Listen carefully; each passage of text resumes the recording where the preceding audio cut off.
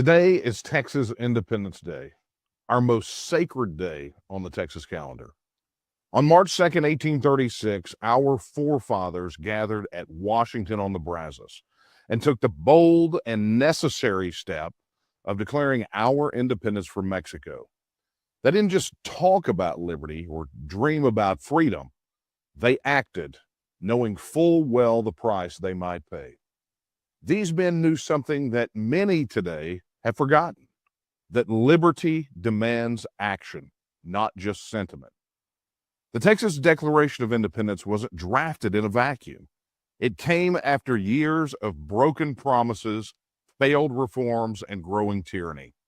Our forefathers tried every peaceful means to secure their rights within the Mexican system before finally reaching the inescapable conclusion that independence was the only path forward. You know, when I read the Texas Declaration of Independence today, nearly 189 years later, I'm struck by how familiar their grievances sound. The Mexican government has, quote, ceased to protect the lives, liberty, and property of the people, unquote. It had transformed, quote, from a restricted federative republic composed of sovereign states to a consolidated central military despotism. The government was trampling on the most sacred rights of the citizens and rendering the military superior to the civil power. Sound familiar? It should. Today, we face a federal government that has long since abandoned its constitutional role. Washington politicians and their puppets in Austin speak of democracy while ignoring the will of the people. They talk of rights while eroding them at every turn. They demand our loyalty while betraying their oaths. The 59 men who signed our declaration knew they were placing everything on the line. Many would lose property, face imprisonment, or even sacrifice their very lives. But they understood a fundamental truth, that without self-government, we have nothing. Travis wrote in his famous letter from the Alamo, "I call on you in the name of liberty, of patriotism, and everything dear to the American character, to come to our aid with all dispatch." Liberty, patriotism, character. These weren't just words to our founders. They were principles worth dying for. So what does Texas Independence Day mean for us today, nearly 2 centuries later? Well, first, it reminds us that independence is our birthright. The Texas Constitution states clearly in Article 1, Section 2, that all political power is inherent in the people, and all free governments are founded on their authority and instituted for their benefit. The faith of the people of Texas stands pledged to the preservation of a republican form of government, and subject to this limitation only: they have at all times the inalienable right to alter, reform, or abolish their government in such manner as they may think expedient. You see, this isn't a suggestion. It's a guarantee enshrined in our founding document. The right to self-government isn't granted by Washington. It's inherent in our very identity as Texans. But second, Texas Independence Day reminds us that these words must be backed by deeds. The men who signed that declaration didn't simply express their discontent and then go home. They formed a government. They raised an army. They fought and bled and died to secure what they had declared on paper. Too many today think that posting a meme online or wearing a Secede t-shirt is enough. Our founders would be absolutely puzzled by such token gestures. They understood that independence requires commitment, sacrifice, and hard work. For Texas nationalists, celebrating days like Texas Independence Day is essential. These commemorations aren't just about remembering the past. They're about reinforcing who we are as a people. When we fly the Texas flag, share the stories of the Alamo defenders, or teach our children about Sam Houston and Mirabeau Lamar, we are preserving the cultural memory that makes us Texans rather than just generic Americans. The federal government knows this.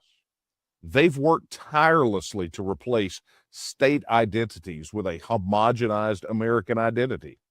They've moved education decisions to Washington, standardized curriculums, and gradually erased the unique cultures and histories that once defined each state. By celebrating Texas holidays and telling Texas stories, we resist this erasure. But we can't stop there. Remembrance without action is just nostalgia, and nostalgia won't secure our children's freedom. The men who declared Texas independent weren't just rebels. They were builders. They were nation builders. They didn't just tear down Mexican rule. They established Texas governance. They created courts, post offices, land offices, and all the institutions necessary for a functioning republic. For today's Texas nationalists, this means doing the hard work of building our own structures, of building our own nation. It means organizing at the local level. It means running for office or supporting those who will fight for Texas independence. It means building businesses that can withstand federal pressure. It means developing relationships with like-minded movements worldwide. And on this Texas Independence Day, I challenge every Texan who believes in self-government to move beyond symbols to substance. Don't just wave the flag. Work to make it independent again. Don't just quote Travis. Emulate his commitment. The battle for Texas independence wasn't won in a day. It required years of struggle, setbacks, and sacrifice. Our current movement is no different.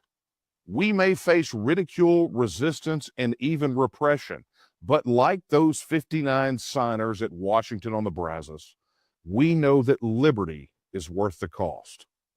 When the people of Texas went to the polls on October 13th, 1836, to ratify the Texas Constitution and elect Sam Houston as president, they weren't voting for a theory.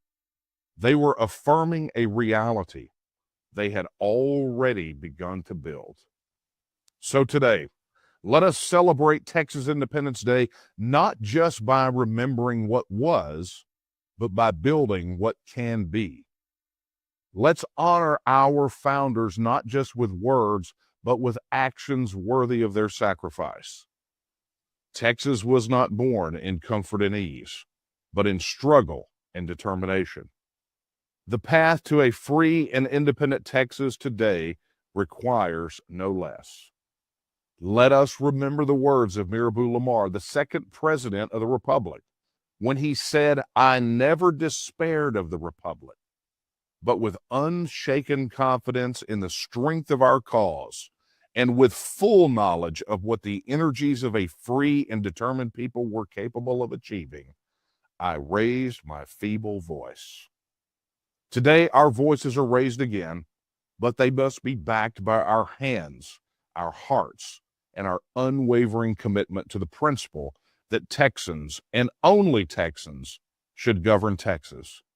That's what Texas Independence Day means. That's what our movement demands. That's what our future requires. And so I leave you with the words of our Texas pledge. Honor the Texas flag. I pledge allegiance to thee, Texas, one state, under God, one and indivisible.